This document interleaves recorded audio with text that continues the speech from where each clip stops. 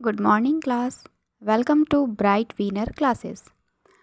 अभी तक हमने इंग्लिश ग्रामर के सीरीज़ में नाउन पढ़ लिया, प्रोनाउन पढ़ लिया, एडजेक्टिव एंड हमने वर्ब भी पढ़ लिया। हमने मॉडल्स किया था लास्ट वीडियो में। अगर आपने लास्ट वीडियो नहीं देखी है तो काइंडली प्लेलिस्ट विज़िट करें। और आज हम पढ़ेंगे हमारा नेक्स्ट टॉपिक जो है एडवर्ब। ओके, एडवर्ब को हिंदी में क्रिया विशेषण कहते हैं। एडवर्ब का ये वीडियो नंबर 2 है, क्योंकि वीडियो का फर्स्ट पार्ट जिसमें हमने एडवर्ब का बेसिक इंट्रोडक्शन, डेफिनीशन और एडवर्ब के काइंड्स देखे थे, वो वीडियो पहले ही कवर हो चुका है। वो है एडवर्ब लेक्चर 1 और ये है एडवर्ब का लेक्चर 2, जिसमें हम लोग सेंटेंस में एरर फाइंड करना सीखेंगे। तो आइए स्टार्ट करते हैं। अगर अभी तक आपने चैनल को सब्सक्राइब नहीं किया है तो काइंडली चैनल को सब्सक्राइब कर दीजिए। हमारा फर्स्ट क्वेश्चन है, they might have not studied this case through. Okay, thorough.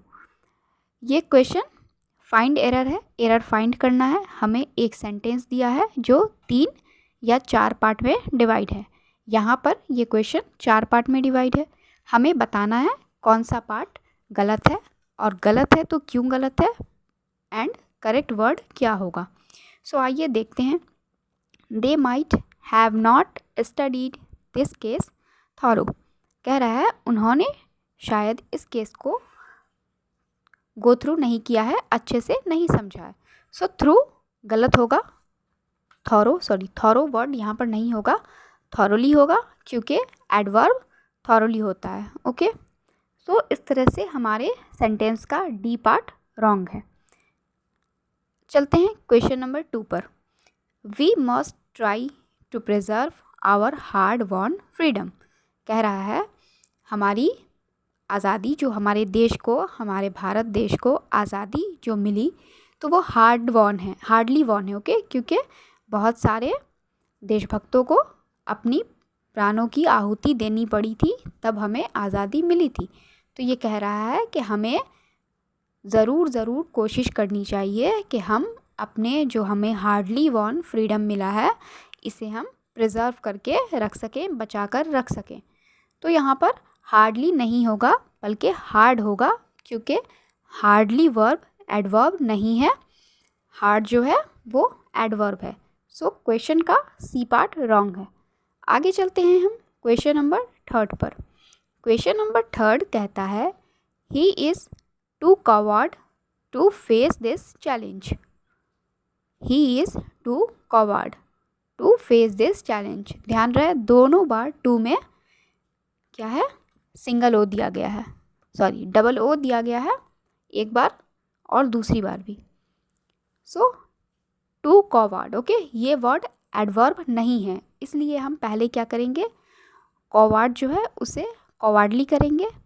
And ये कवर्ड की मीनिंग क्या होता है वो हम नीचे देखेंगे, पहले सेंटेंस सही करते हैं। तो कवर्ड की जगह पर कवर्डली होगा, क्योंकि कवर्डली जो है वो एडवर्ब होता है। अब बी पार्ट में देखिए, आगे है टू फेस दिस चैलेंज। वो डबल ओ वाला टू नहीं होगा बल्कि सिंगल ओ वाला टू होगा। ये कहना चाह रहा है कि वो बहुत ही कायर है कि वो इस सिचुएशन को, इस चैलेंज को फेस कर सके। मतलब वो इस चैलेंज को फेस नहीं कर सकता है क्योंकि वो बहुत कायर है। ओके, अब देखते हैं कवर्ड की मीनिंग। कवर्ड की मीनिंग होता है कायर, ठीक है, लेकिन इस वर्ड के कुछ सिनोनिम्स भी होते हैं। तो आइए हम सिनोनिम्स देखते हैं। पहला है मीक, इसका मतलब भी होता है कायर। नेक्स्ट है टिमिड, टिमिड मीन्स कायर। आगे है हेजिटेंट, हेजिटेंट मीन्स भी होता है कायर। नेक्स्ट है शाई, वैसे शाई का मतलब शर्मीला भी होता है, लेकिन वो भी एक तरह से कायर ही हुआ। नेक्स्ट है कोए, उसके बाद है चिकन हार्टेड, यानी इसे कहते हैं बिल्कुल मुर्गी के जैसा छोटा सा दिल है उसका, मतलब वो कायर है। नेक्स्ट है इंट्रोवर्ट, इंट्रोवर्ट वैसे कहते हैं अंतर्मुखी को, यानी जो लोग ज़्यादा बोलते नहीं हैं, मतलब चुप चुप से रहते हैं, बहुत कम बोलते हैं, तो एक तरह से उन्हें भी कायर ही समझा जाएगा।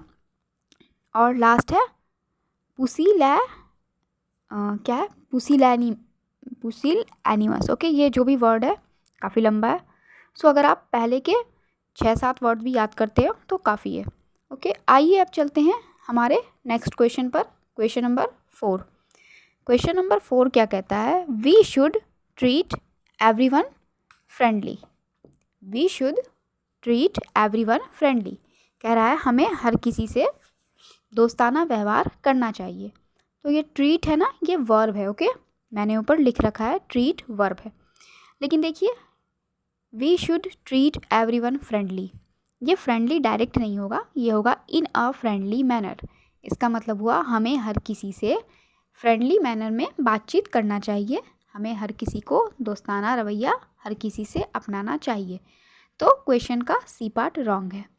आगे चलते हैं क्वेश्चन नंबर 5 पर। They are enthusiastic involve in their studies. Okay, कह रहा है कि वो बहुत ही जोश खरोश से अपने स्टडीज़ में इन्वॉल्व हैं। कौन? वे लोग, दे है। Okay, they are enthusiastic involve in their studies. तो इंथुसियास्टिक नहीं होगा बल्कि इंथुसियास्टिकली होगा। क्यों? क्योंकि देखिए आगे इन्वॉल्व जो है वो वर्ब है, सो इसलिए ये इंथुसियास्टिक ना होकर इंथुसियास्टिकली हो जाएगा। मतलब क्वेश्चन का ए पार्ट रॉन्ग था।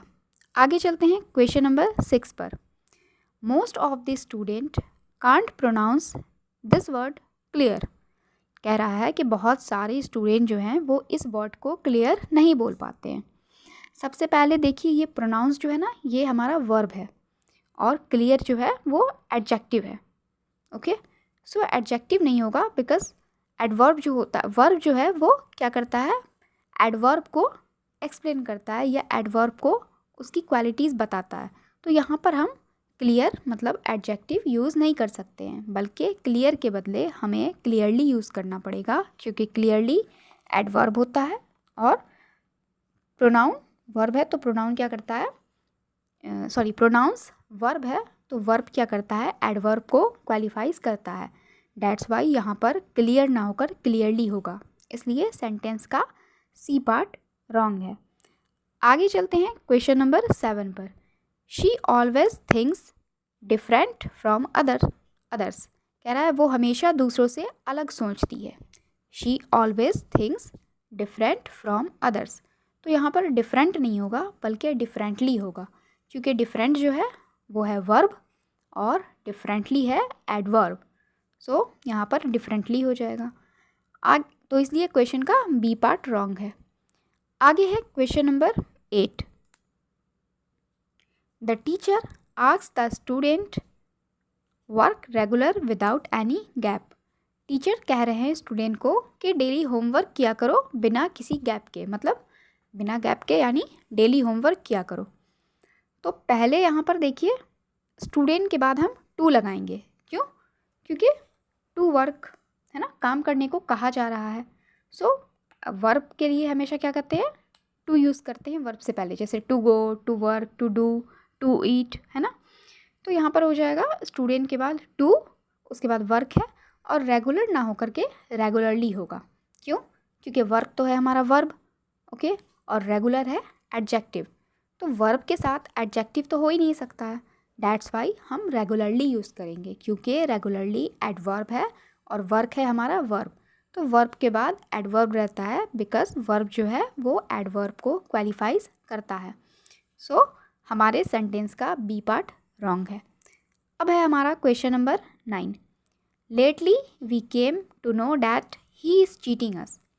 कह रहा है हमें लेटली का मीनिंग लास्ट में लिखा हुआ है रिसेंटली, यानी हाल फिलहाल में। इसे कह सकते हैं हमें बहुत देर से पता चला।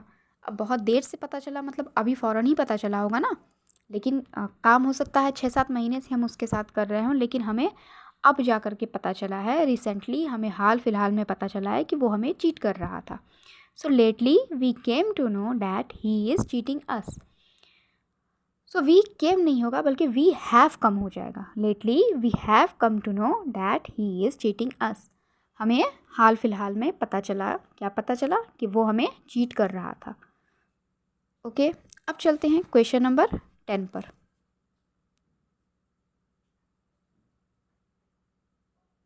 ओके, आ गए हम नेक्स्ट स्लाइड पर। Question number 10। क्वेश्चन नंबर 10 क्या कहता है, the box is too much heavy for me. The box is too much heavy for मी। कह रहा है वो जो बॉक्स है ना वो बहुत भारी है मेरे लिए। The box is too much heavy for मी। अब देखिए ऊपर कुछ लिखा है, ये एक स्ट्रक्चर है two plus much plus noun, यानी अगर बाद में नाउन है तो पहले हम टू लिखेंगे उसके बाद मच लिखेंगे, लेकिन अगर लास्ट में एडजेक्टिव है तो हम पहले मच लिखेंगे बाद में टू लिखेंगे, much plus two plus adjective. तो ये जो हैवी वर्ड है ना ये एडजेक्टिव है। The box is too much heavy for me, box मेरे लिए बहुत भारी है। हैवी है हमारा एडजेक्टिव, तो एडजेक्टिव से पहले का स्ट्रक्चर है मच प्लस टू। तो ये जो हमारा बी पार्ट में टू मच है इसे हम घुमा देंगे और ये हो जाएगा मच टू। इसलिए सेंटेंस का बी पार्ट रॉन्ग है और सही सेंटेंस होगा the box is much too heavy for me. Okay, अब है question number 11। Your father is very miser person. Your father is very miser person, miser कहते हैं कंजूस को। वो कह रहा है आपके पिताजी एक बहुत ही कंजूस व्यक्ति हैं। सो व्यक्ति यानी पर्सन, पर्सन तो हो गया नाउन और माइजर भी है नाउन। सो दो नाउन किसी भी सेंटेंस में एक साथ नहीं आ सकता है, इसलिए हम नाउन को चेंज कर देंगे। सो माइजर ना होकर माइजरली होगा। माइजरली के स्पेलिंग में आर छूट गया है, आप लिख लेंगे MISERLY।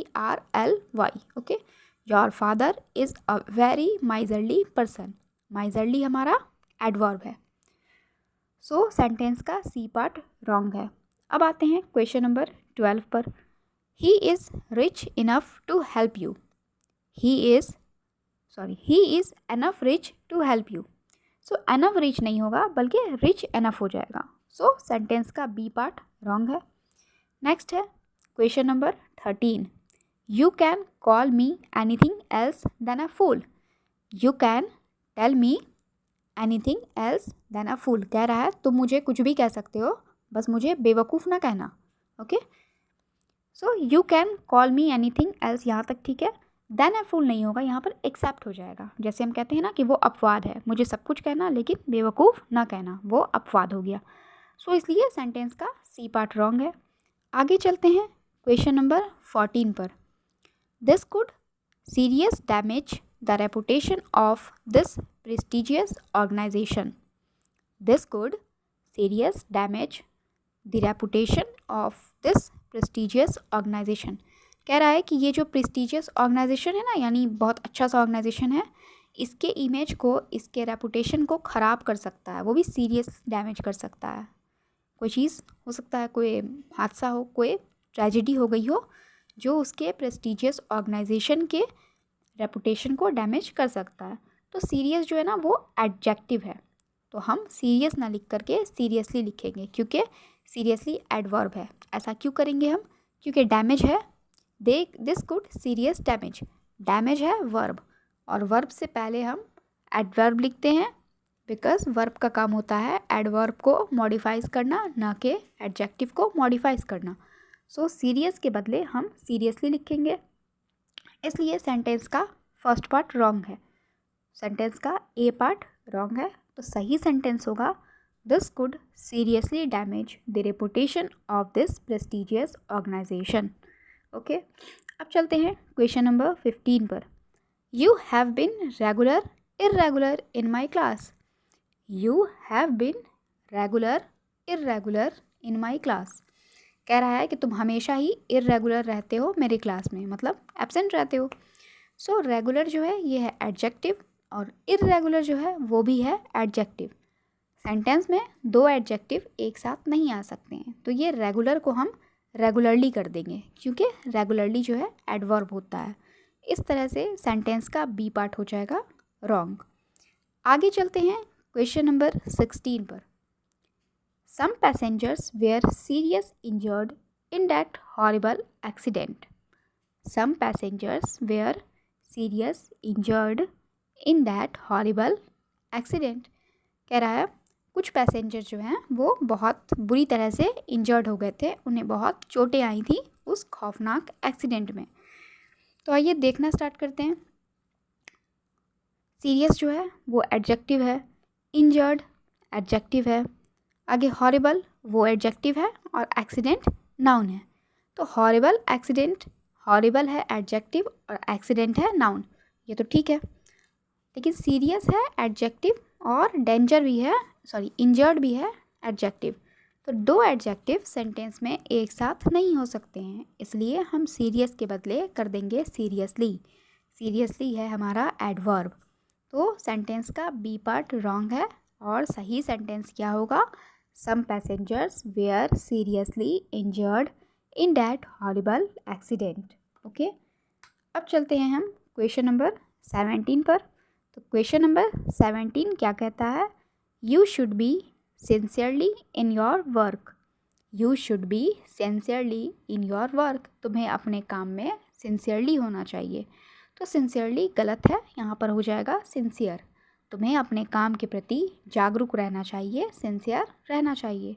सो सेंटेंस का बी पार्ट रॉन्ग है। अब आइए question number 18। The face of this country girl is too beautiful. वैसे तो कंट्री का मतलब होता है देश, लेकिन यहाँ पर कंट्री गर्ल ये कहते हैं गांव को। ओके, कह रहा है the face of this country girl is too beautiful. इस गांव की मतलब गांव की जो ये लड़की है ना, इसका चेहरा बहुत ही सुंदर है। सो टू ब्यूटीफुल नहीं होगा बल्कि वेरी ब्यूटीफुल होगा, क्योंकि टू का यूज़ हम लोग करते हैं किसी भी चीज़ की अति दिखाने के लिए, लेकिन नेगेटिव सेंस में। जैसे कहते हैं ना दिस इज़ टू मच, मतलब ये बहुत ज़्यादा हो रहा है। क्यों? जब कोई हमें बहुत ज़्यादा सुना रहा होता है, बोल रहा होता है या डांट रहा होता है, तो हम उसे कहते हैं दिस इज़ टू मच, बस बहुत हो गया। तो ये बहुत हो गया ना नेगेटिव सेंस में होता है। अब कोई हमें डांटेगा तो हम खुश तो नहीं होंगे ना उससे। हाँ, लेकिन अगर हमें किसी की तारीफ़ करनी होगी तो हम क्या कहेंगे?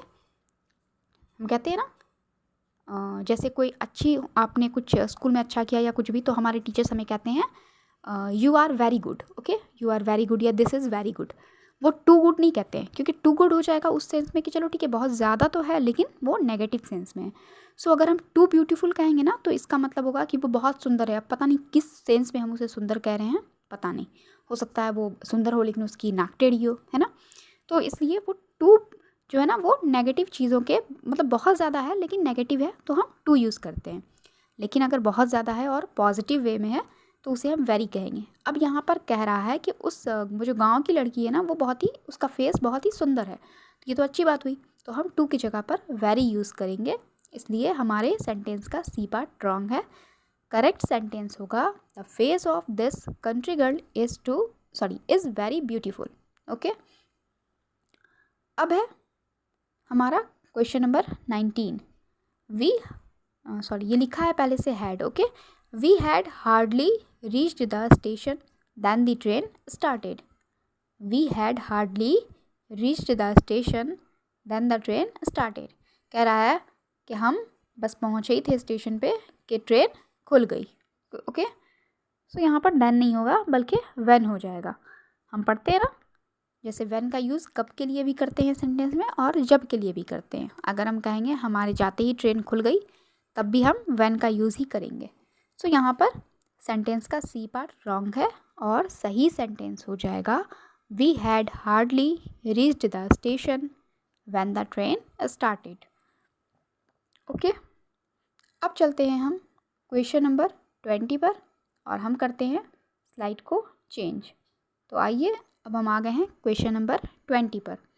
हमारा क्वेश्चन नंबर 20 कहता है after the prayers the children stood silent for a few moment. After the prayers the children stood silent for a few moments. कह रहा है प्रेयर के बाद यानी प्रार्थना के बाद बच्चे साइलेंट होकर खड़े हो गए कुछ पल के लिए। तो साइलेंट नहीं होगा बल्कि साइलेंटली होगा। Okay, after the prayers the children stood silently for a few moment. इसलिए सेंटेंस का बी पार्ट हो जाएगा रॉन्ग। आइए क्वेश्चन नंबर 21 देखते हैं। Nitin sings loud in the bathroom. कह रहा है कि नितिन जो है वो बाथरूम में ज़ोर ज़ोर से गाना गाता है।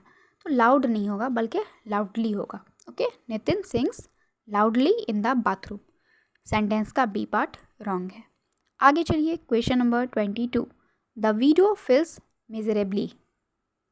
ओके, विडो कहते हैं विधवा को, वो स्त्री जिसका हस्बैंड डेथ कर चुका होता है। ओके, तो कह रहा है कि विधवा जो है वो बहुत ही दुखी फील करती है खुद को, तो मिजरेबली नहीं होगा बल्कि माइजरेबल होगा। ओके, माइजरेबल यानी दुखी। सेंटेंस का सी पार्ट रॉन्ग है, करेक्ट सेंटेंस हो जाएगा द विडो फील्स माइजरेबली। अब चलते हैं हम question number 23। Your father is very माइजर। Your father is very माइजर कह रहा है कि तुम्हारे पिताजी बहुत कंजूस हैं, तो माइजर नहीं होगा बल्कि माइजरली होगा। सो इसलिए सेंटेंस का सी पार्ट रॉन्ग है और करेक्ट सेंटेंस हो जाएगा your father is very miserly. Okay, अब है question number 24। My brother is presently in Lebanon. Okay, ये मैंने टिक नहीं किया है, छोड़िए इसे। चलते हैं क्वेश्चन नंबर 25 पर। क्वेश्चन नंबर 25 कहता है the doctor gives me the medicine freely. The doctor gives me the medicine freely कह रहा है कि डॉक्टर ने मुझे फ्री में दवाइयाँ दी। वो क्या ना, डॉक्टर के पास कुछ सभी डॉक्टर्स के पास कुछ दवाइयों के सैंपल आते हैं, वो फ्री में डॉक्टर्स को मिलते हैं।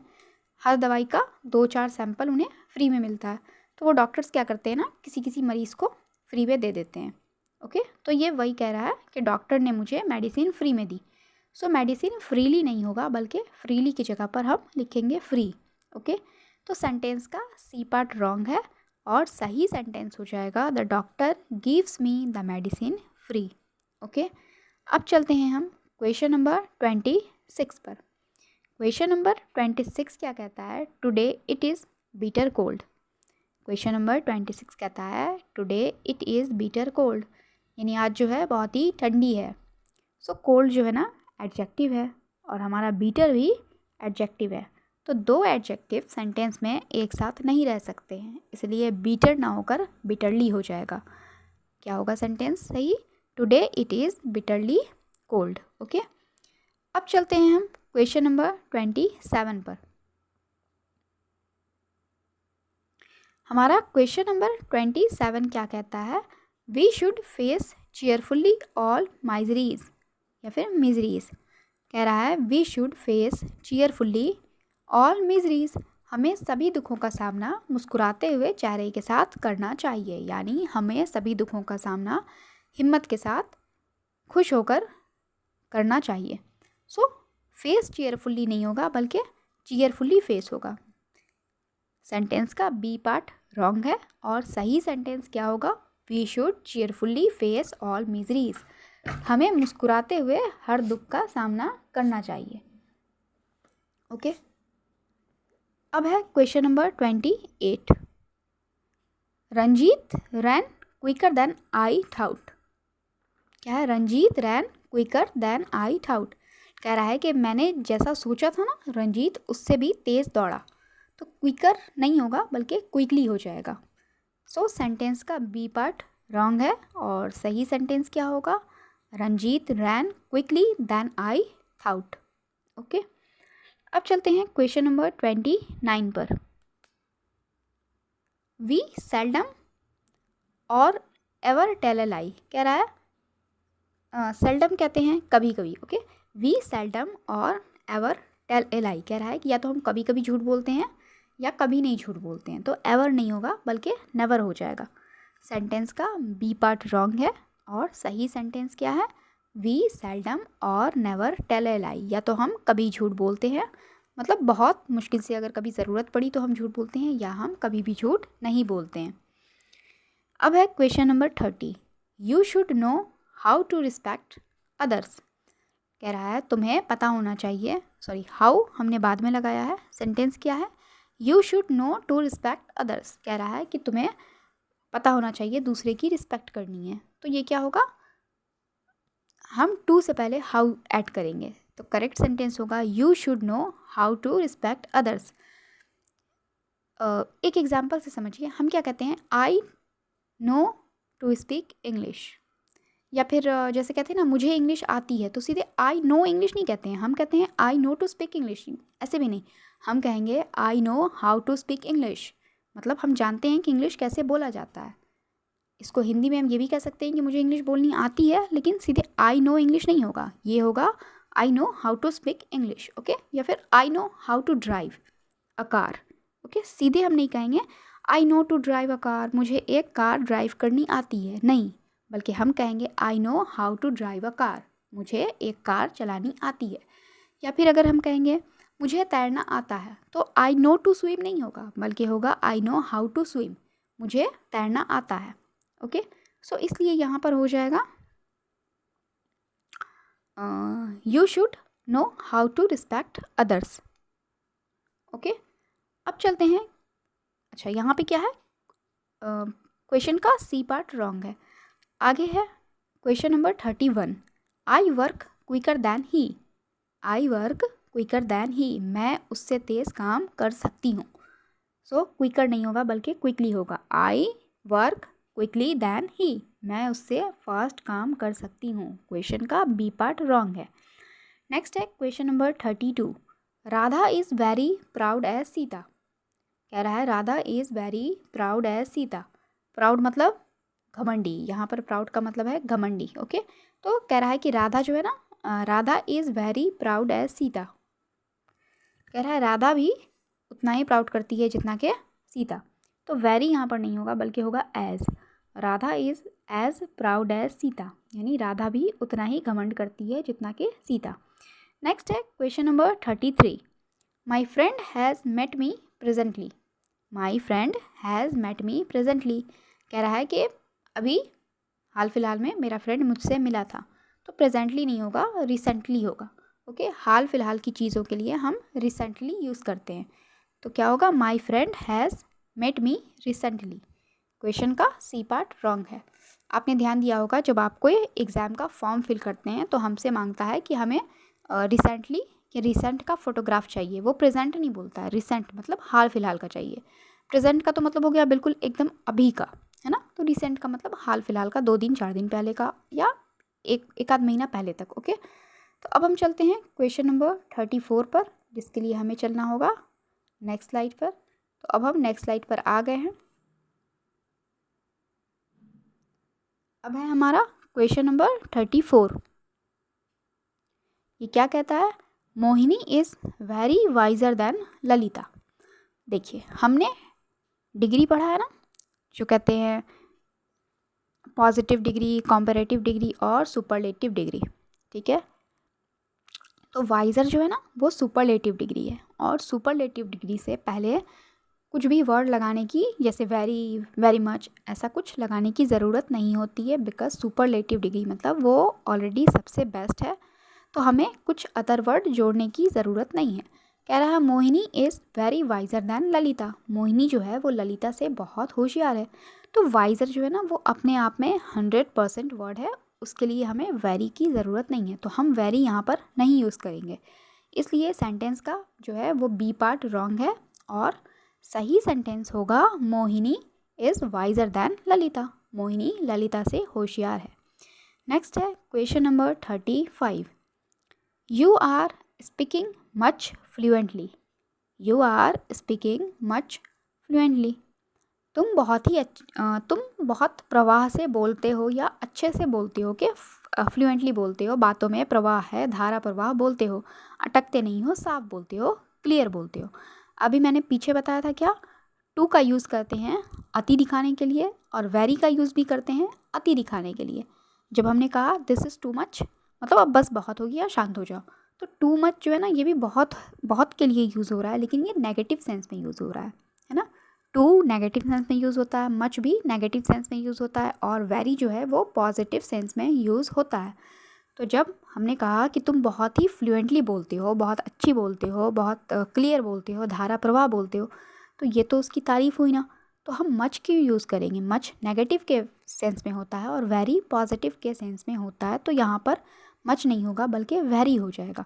तो हमारा सेंटेंस का सी पार्ट रॉन्ग है, और सेंटेंस क्या होगा, you are speaking very fluently. Okay, अब चलते हैं हम question number 36, Ram is very poor to help you, कह रहा है राम बहुत गरीब है कि वो तुम्हारी हेल्प कर सके, मतलब राम बहुत गरीब है इसलिए वो तुम्हारी हेल्प नहीं कर सकता है। अगेन देखिए, वेरी जो है वो तो पॉजिटिव के सेंस में यूज़ होता है ना। अगर रिच रहता तो हम वेरी रिच कर सकते थे, लेकिन राम तो बहुत गरीब है, वो हेल्प नहीं कर सकता है, मतलब नेगेटिव चीज़ हो गई ना। तो हम वेरी यूज़ नहीं करेंगे बल्कि हम टू यूज़ करेंगे। Ram is too poor to help you. Okay, so इसलिए सेंटेंस का बी पार्ट रॉन्ग है। नेक्स्ट है क्वेश्चन नंबर 37। क्वेश्चन नंबर 37 क्या कहता है? You are regular irregular. You are regular irregular, तुम लगातार ही इर्रेगुलर हो, मतलब तुम कभी भी रेगुलर नहीं रहते हो। तो रेगुलर जो है वो एडजेक्टिव है और इर्रेगुलर भी एडजेक्टिव है। सेंटेंस में दो एडजेक्टिव एक साथ नहीं रह सकते हैं, डैट्स वाई हम रेगुलर को रेगुलरली से चेंज कर देंगे। इसलिए हमारे सेंटेंस का बी पार्ट रॉन्ग है और सही सेंटेंस क्या है? You are regularly irregular. Okay, अब चलते हैं क्वेश्चन नंबर 38 पर। क्वेश्चन नंबर 38 क्या कहता है? Tina has done fairly good in her matriculation examination.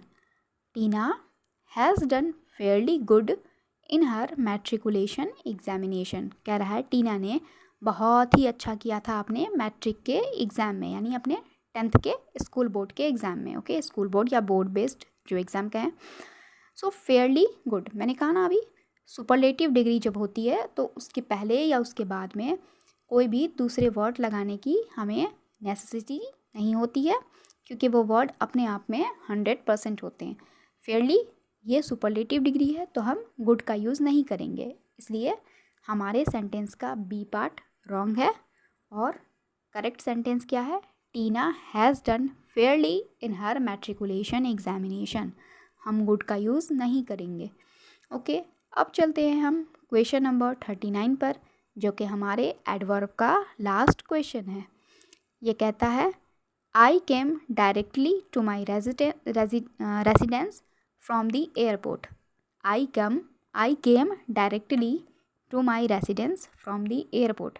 कह रहा है मैं एयरपोर्ट से डायरेक्ट अपने घर आया और कहीं नहीं गया, मैं एयरपोर्ट से डायरेक्ट अपने घर आया। सो डायरेक्ट नहीं होगा, सॉरी डायरेक्टली नहीं होगा बल्कि डायरेक्ट होगा। ओके, सेंटेंस का ए पार्ट रॉन्ग है और सही सेंटेंस है I came directly to my residence from the airport. मैं एयरपोर्ट से डायरेक्ट अपने घर आया। ए में आप लोग टिक कर लीजिए, सेंटेंस का ए पार्ट रॉन्ग है। तो इस तरह से हमारे एडवर्ब का एरर फाइंड करना होता है फिनिश। नेक्स्ट वीडियो में हम पढ़ेंगे प्रीपोजिशन का एरर फाइंड करना। तो स्टूडेंट्स, अगर आपने चैनल को सब्सक्राइब नहीं किया है तो सब्सक्राइब कीजिए। वीडियो अच्छी लगी है तो लाइक कीजिए, और अगर वीडियो अच्छी लगी है तो प्लीज़ अपने फ्रेंड्स के साथ वीडियो शेयर करें ताकि उन्हें भी नॉलेज मिले। और अगर वीडियो में कुछ प्रॉब्लम है, कुछ समझ में नहीं आया है, तो आप वीडियो को दोबारा देखिए, आई होप आपको समझ में आएगा। और अगर कुछ गलत लगा है वीडियो में या किसी एक्स्ट्रा आपको टॉपिक पढ़ना है कुछ भी, तो आप कमेंट बॉक्स में बता सकते हैं। तो मैं नेक्स्ट वीडियो में उसे ज़्यादा अच्छे से एक्सप्लेन करने की कोशिश करूँगी। Okay, so thank you, bye bye.